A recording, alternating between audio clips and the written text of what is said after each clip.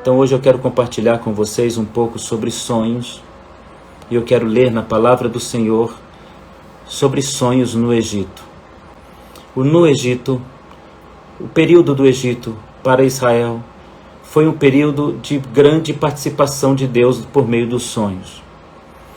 Talvez não haja um espaço de tempo no Gênesis que o sonho esteja tão presente quanto no Egito.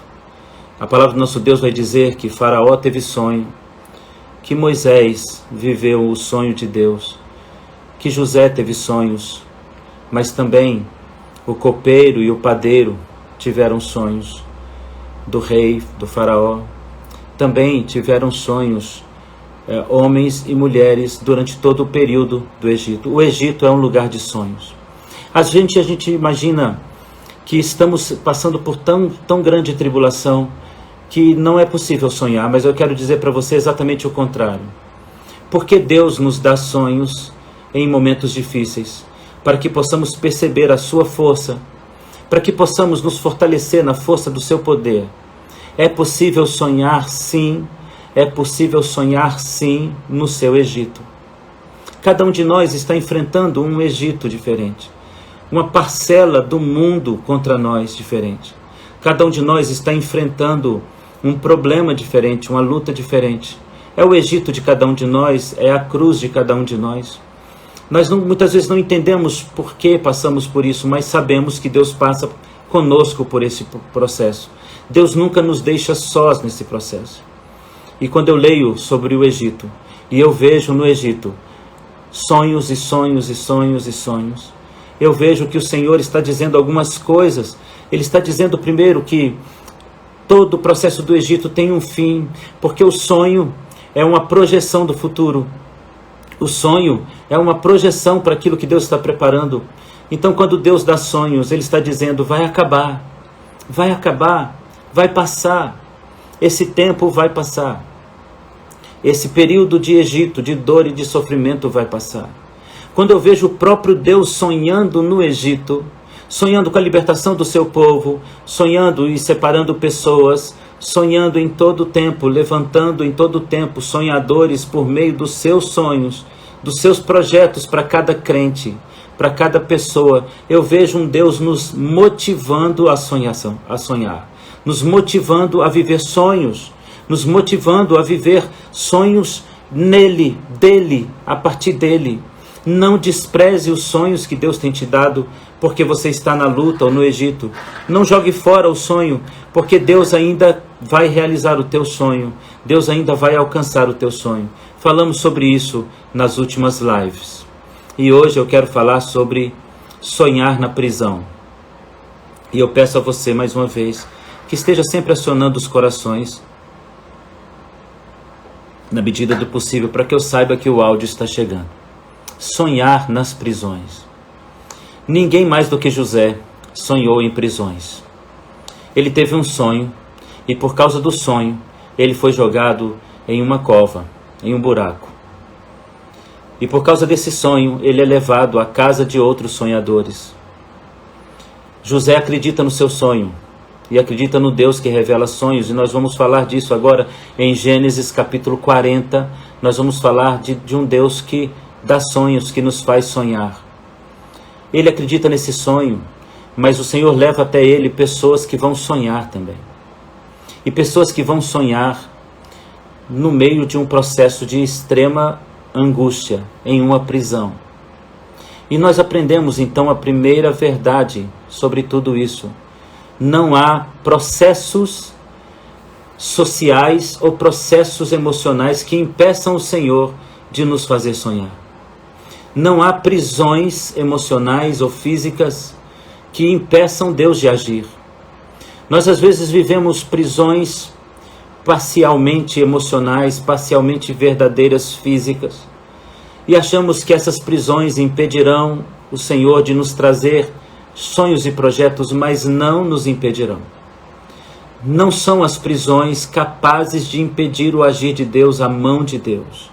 Então, sobre prisões, eu quero começar falando com vocês, lendo Gênesis capítulo 40, no verso 1 até o verso 8, é o que nós vamos hoje meditar. Diz assim o verso 1 de Gênesis capítulo 40. Eu quero pedir a você também que, além de acionar os corações, que você também possa pegar a sua Bíblia e possa fazer anotações nela. E o Senhor falou muito comigo aqui enquanto eu estava preparando a minha devocional dessa manhã e preparando sobre os sonhos nas prisões e mostrando como Deus está presente nas prisões, como Deus fala em nossas prisões. E eu quero que você creia, que você acredite, Deus pode falar na sua prisão também. Na sua prisão também. Como definir uma prisão? Ausência de liberdade, imposição de cárcere, aperto, ausência de mobilidade, incapacidade, imposição feroz ou ardente do mal sobre nós. A prisão tem tantos significados e tantos sentidos. Nos tira a capacidade de ver o futuro, nos tira a capacidade de entender as coisas, bloqueia a nossa fé muitas vezes.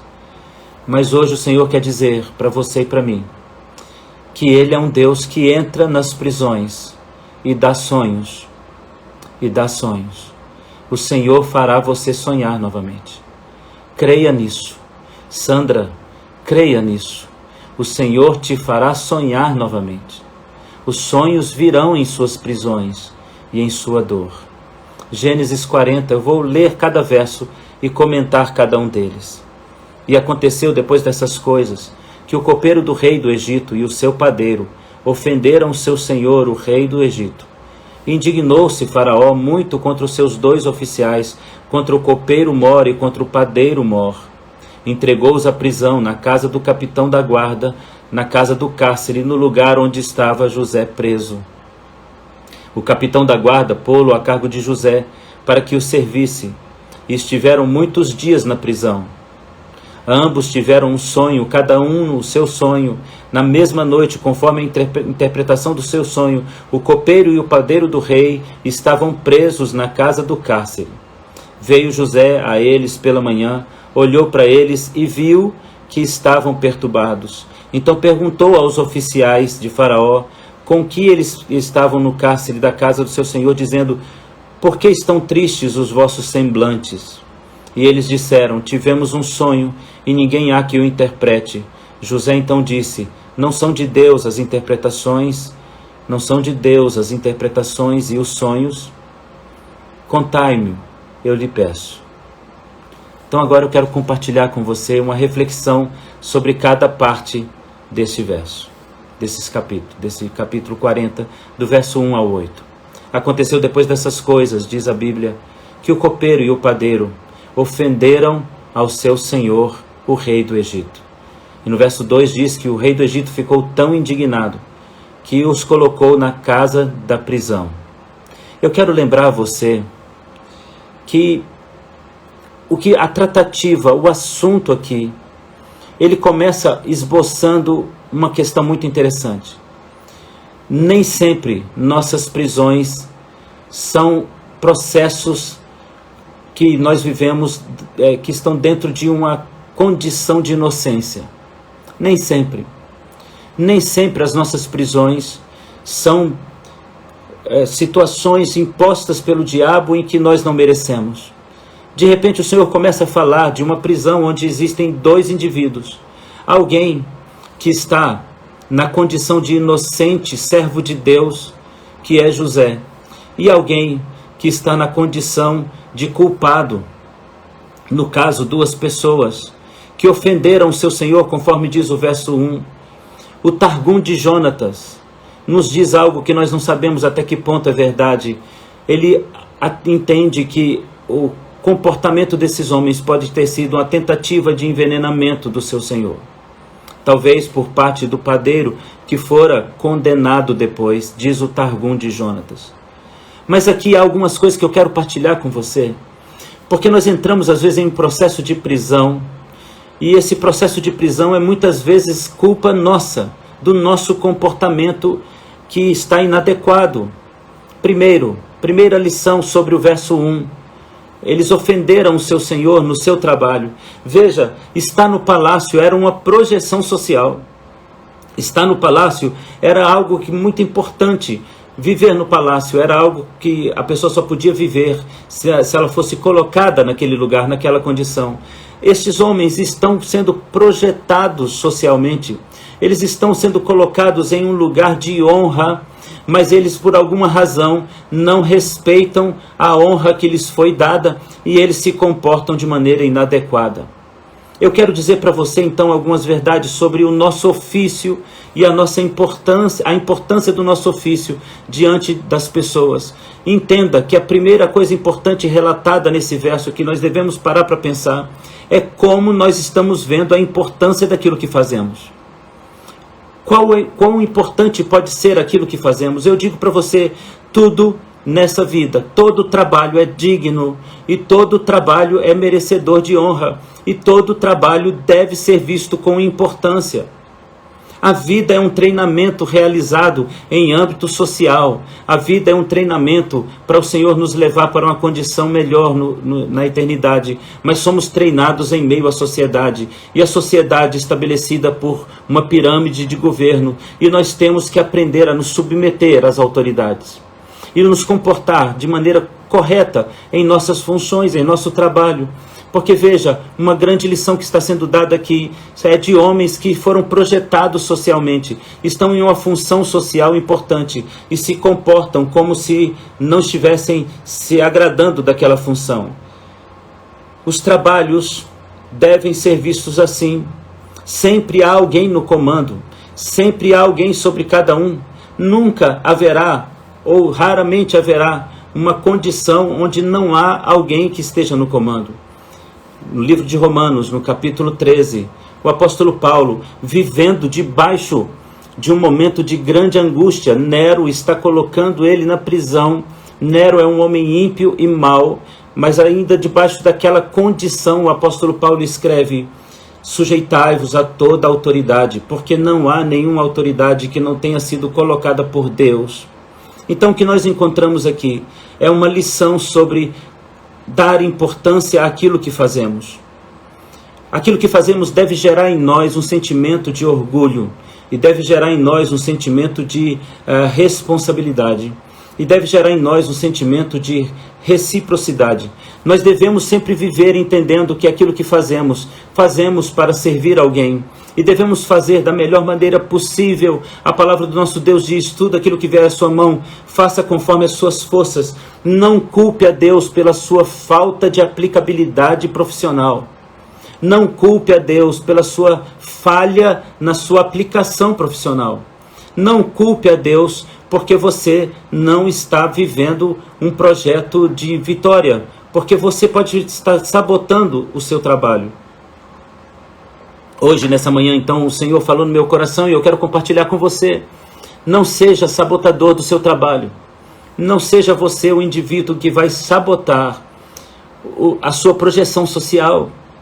Não faça isso. Não seja você o agente que vai destruir o seu projeto de vida. Esses homens fizeram isso, ofenderam o rei. A Bíblia está confirmando uma ação. Não está dizendo que supostamente o rei achou que estava sendo ofendido. Não. A palavra está dizendo, eles ofenderam o seu Senhor. Então quero dizer para você, não seja sabotador do seu projeto de vida. Escreve isso no seu comentário. Não sabote. Não seja você o indivíduo que vai colocar uma bomba para explodir o seu projeto de vida. Não seja você o sabotador do seu projeto de vida. Não pratique a sabotagem no seu projeto de vida. Não seja você o homem que vai, ou a mulher que vai destruir o seu projeto de vida como estes homens. O sentimento que devemos ter em nosso trabalho é de responsabilidade e orgulho. Porque muitas pessoas gostariam de estar muitas vezes no lugar onde você está. E você não valoriza isso, não honra isso. No entanto, Deus te colocou nessa projeção social. E muitas vezes nós sabotamos nosso crescimento profissional. Não seja sabotador do seu projeto de vida. Não seja sabotador do seu projeto de vida. Não seja negligente com suas responsabilidades. Eu entendo que em muitos momentos nós não conseguimos ser o profissional que nós gostaríamos de ser. Mas, queridos, há sempre um recomeço, há sempre um momento que você pode dizer, eu vou tentar de novo. Você pode tentar de novo. E a cada ano, a cada momento que nasce, a cada dia que vem, é uma chance de você se reposicionar e dizer, eu vou tentar novamente, eu vou tentar melhorar. É o que Deus tem falado ao meu coração nesses dias. Tente melhorar, tente ser melhor. Escreva, não seja sabotador do seu projeto de vida. Esses homens sabotaram seu projeto de vida. Um deles em especial, segundo o Targum de Jonatas, pode ter provocado a destruição do seu futuro, colocando veneno na comida do seu Senhor. E a Bíblia diz que eles entristeceram profundamente o seu Senhor. Agora vamos ler o verso de número 3. O verso de número 3 nos diz assim: E os entregou, Faraó os entregou à prisão, na casa do capitão da guarda, na casa do cárcere, no lugar onde estava José. E agora eu quero ler uma coisa muito interessante, porque quando eu leio que eles foram conduzidos à casa da prisão e colocados onde estava José, e a Bíblia diz que ainda o chefe da prisão incumbiu José de cuidar daqueles homens. Eu estou lendo, estava José no lugar onde aqueles homens precisavam de José. Eu estou lendo Deus colocando pessoas, ainda que culpadas, em uma prisão com chances de ouvir um homem de Deus. O que eu leio quando leio o verso 3, que o copeiro e o padeiro foram levados para onde estava José, e Deus deu sonhos a eles, e no lugar onde eles estavam havia um intérprete de sonhos. Eu estou lendo que Deus conduziu aqueles homens para um lugar onde havia um servo dele ali, para dar respostas a ele. Então eu quero dizer para você, querido, em nossas prisões, Deus nos colocará homens e mulheres de Deus que vão ser aqueles que vão nos ajudar a ver o final desse processo, a luz no fim do túnel. Quando nós somos dependentes de Deus, temos que entender isso. Em nossas prisões, Deus nos colocará do lado de alguém que vai ser o socorro, que vai ser a mão estendida, que vai ser alguém importante para a nossa história. Há sempre alguém na nossa prisão que foi colocado por Deus para nos tirar de lá. Há sempre alguém em nossa prisão que foi colocado por Deus para nos inocentar. Eu quero que você entenda que se você é inocente, a prisão tem tempo contado, tem tempo determinado para o fim. Se você é inocente, se você foi jogado nessa masmorra, nessa prisão, de maneira inconsciente, ilegal, não era culpa sua, não foi por dolo, não foi por culpa, não foi por vontade, mas foi por talvez um erro de interpretação. Saiba que Deus estará colocando pessoas naquele lugar para cuidar de você. Quando eu leio o verso 3, os homens foram enviados à prisão, no lugar onde estava José, eu leio assim: e foram enviados para a prisão, no lugar onde havia um homem de Deus. Eu quero dizer para você que Deus nunca deixará você sem informações. Sempre um profeta de Deus estará no teu caminho. A palavra do nosso Deus diz exatamente isso. O Senhor não faz coisa alguma sem antes falar por meio dos seus profetas. Coisa alguma. Então entenda, nesta prisão de alma, de espírito, financeira, ou seja qual for, Deus colocará alguém para abrir essa porta. Alguém que fala com ele. Continuando a nossa leitura, diz a Bíblia, verso 4, o capitão da guarda pô-los a cargo de José. Irmãos, como não entender o amor de Deus nisso? O Senhor permitiu a prisão por culpa, mas o amor de Deus não exime Deus de ainda que haja culpa, não providenciar o escape. Veja o que o Senhor está dizendo. Colocou José para cuidar dos dois. É José a pessoa que vai interpretar sonhos, é um homem de intimidade com Deus, agora é a pessoa responsável por cuidar de você. E a Bíblia diz no verso 4, estiveram ali por muitos dias. E agora eu aprendo uma nova lição. Eu aprendo uma lição que prisões têm um tempo determinado. Prisões têm um tempo determinado para que a sua sentença se cumpra. Então anote isso no seu comentário. As prisões tem o tempo necessário para que sua sentença se cumpra. Se você cometeu um erro, uma falha, a prisão tem um tempo para acabar. Se você cometeu um erro, uma falha, a prisão tem um tempo para findar-se, para acabar. Então o verso 4 diz: estiveram por muitos dias, mas muitos dias significa também que o Senhor tem tempo para cada coisa. O Senhor é justo.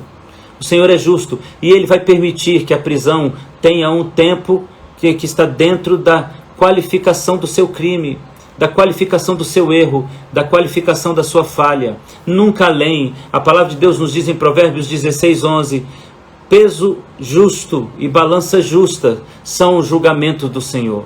Provérbios 16:11. O Senhor julga com pesos e medidas justos. Logo, a sua prisão terá o tempo necessário para que a sua sentença seja paga. A tua e a minha prisão tem o tempo necessário para se cumprir a nossa sentença. Agora, eu vou para o verso de número 6. E agora Deus fala de maneira muito linda aqui. E eu quero que você entenda, essa palavra não é para outra pessoa, senão para você que está comigo. Esta palavra de hoje não é para outra pessoa, senão para você.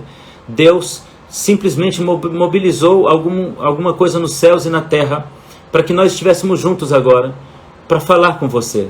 Então veja o que diz o verso 6 de Gênesis 40. Veio José a eles pela manhã, olhou para eles e viu que estavam perturbados, e eles perguntou: por que vossos semblantes estão tristes? No verso 7.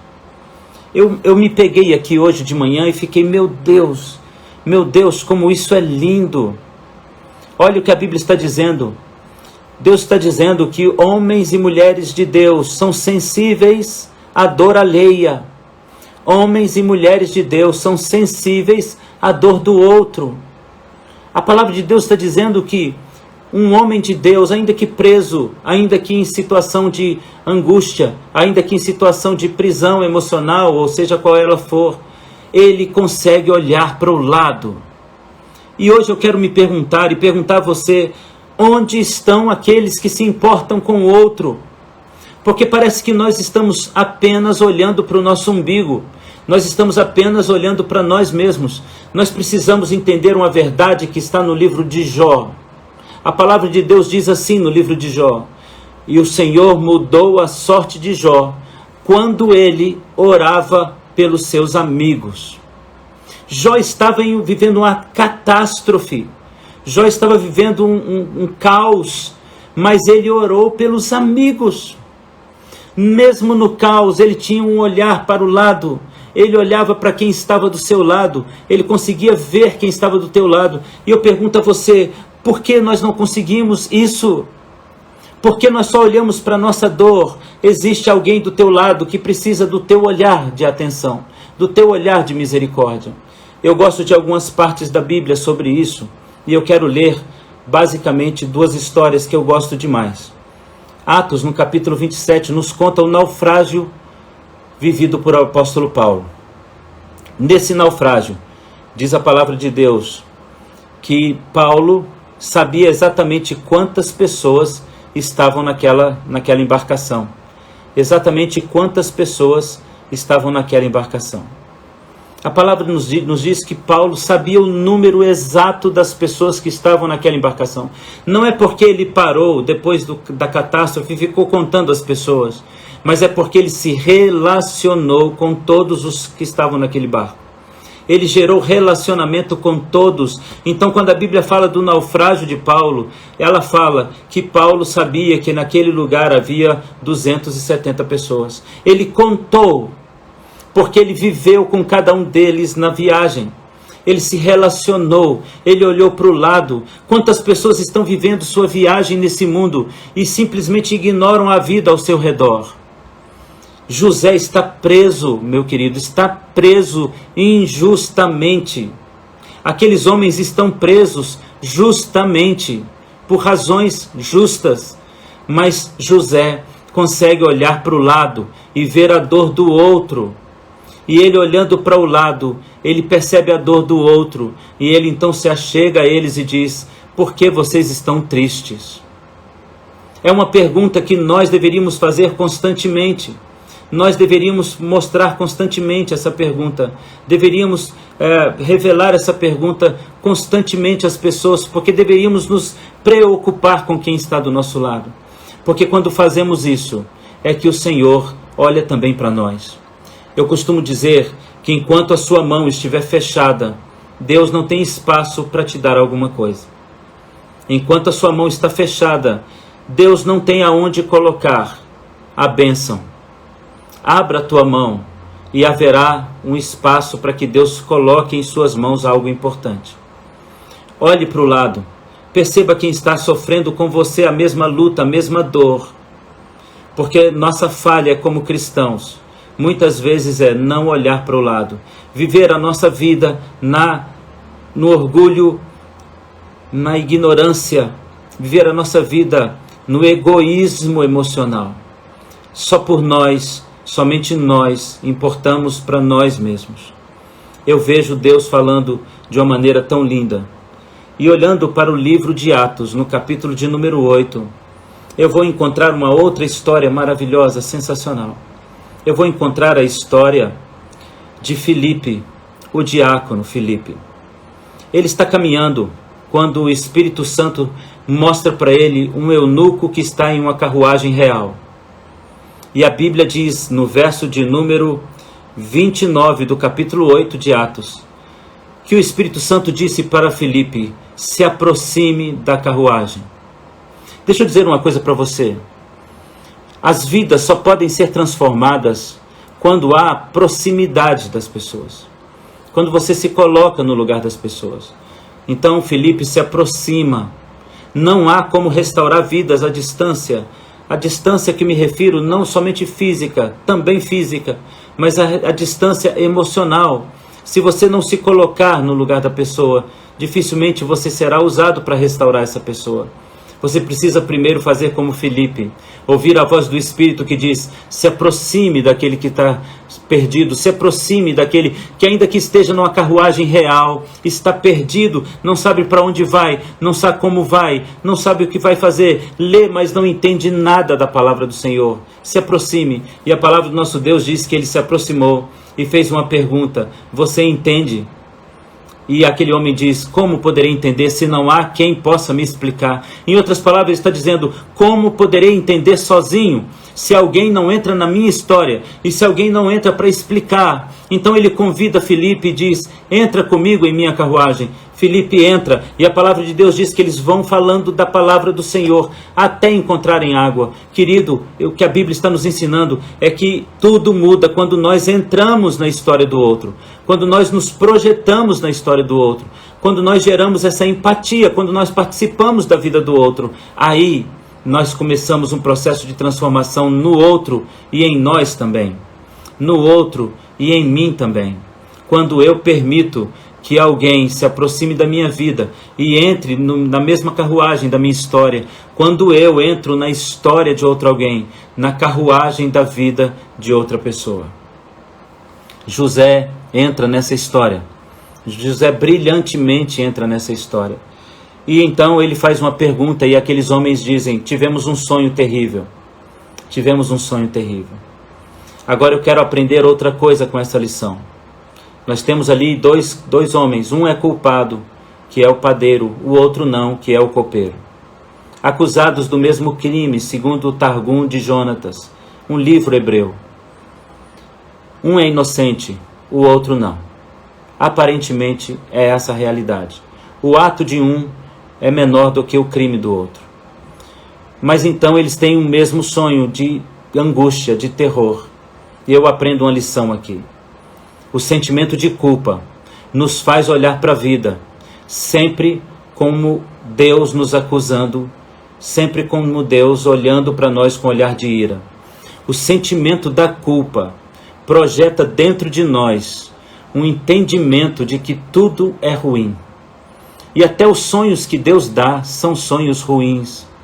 A palavra de Deus nos diz que aqueles homens, no verso de número 8 em diante, vão relatar o sonho para José e eles entendem que o sonho é ruim, mas José, ao interpretar os sonhos, ele vai mostrar que um é ruim, mas o outro é bom. mas aquele homem que está preso está vendo com os olhos da prisão. Eu quero dizer para você, querido, Deus está dizendo coisas positivas para você e você com os olhos da prisão está interpretando errado. Você com os olhos da cadeia está interpretando errado.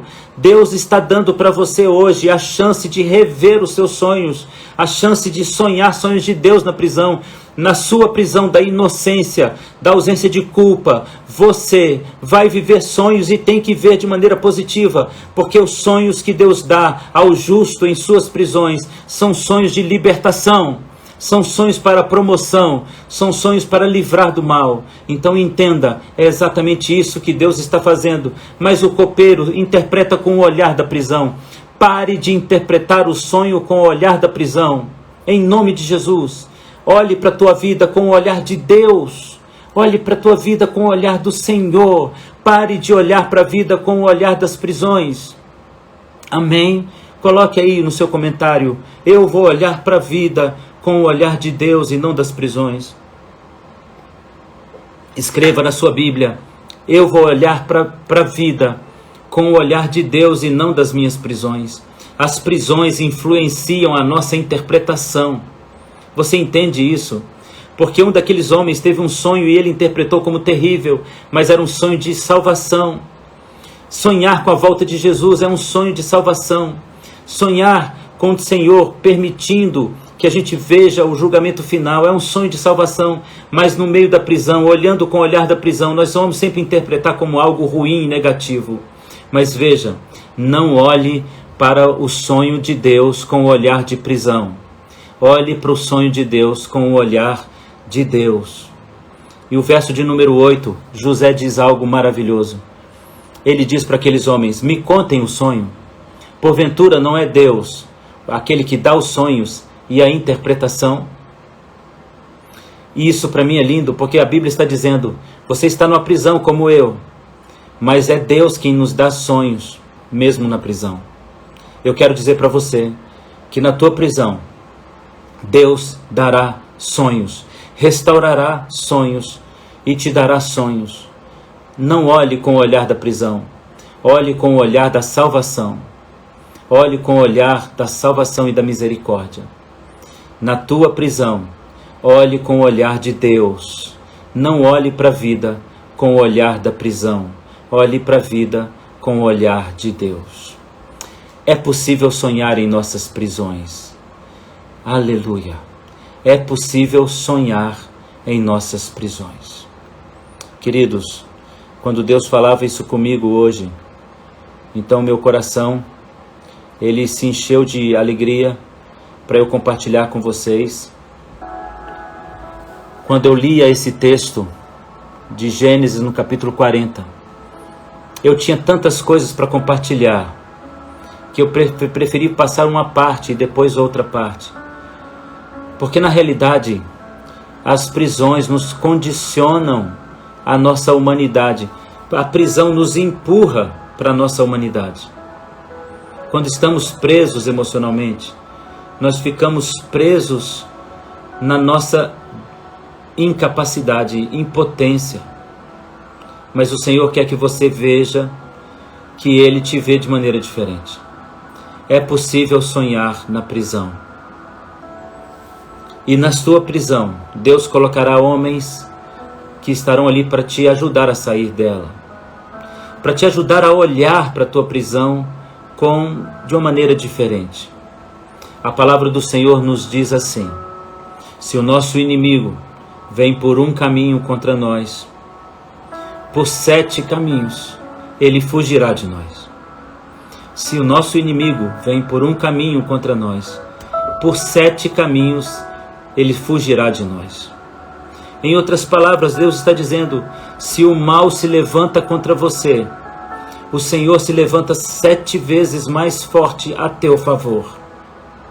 Se o mal se levanta contra você, o Senhor envia 7 vezes mais autoridade para que o inimigo fuja por 7 caminhos. Existem 7 vezes mais a autoridade de Deus sobre sua vida. Nessa manhã, eu não quero que você vá para o seu trabalho ou continue no seu trabalho sem entender essa verdade. Você pode sonhar mesmo na dor, mesmo na tristeza, mesmo na angústia.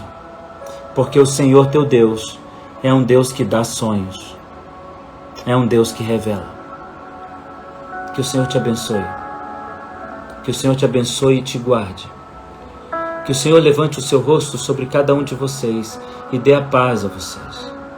Que o Senhor sobre vocês levante o seu rosto e guarde o que há de Deus em vocês. Shalom. Que Deus abençoe sua vida. Eu espero que essa manhã Deus tenha falado com você. Deus tenha tocado em seu coração. Que Deus possa falar a você. Que Deus possa revelar o seu querer a você. Espero que alguém tenha sido tocado pela verdade da palavra.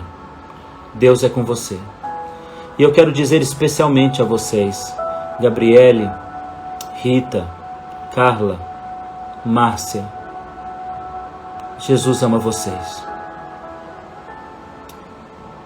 Jesus ama você, Sandra, Ângela, Deus ama você. Fabiane, Deus ama você.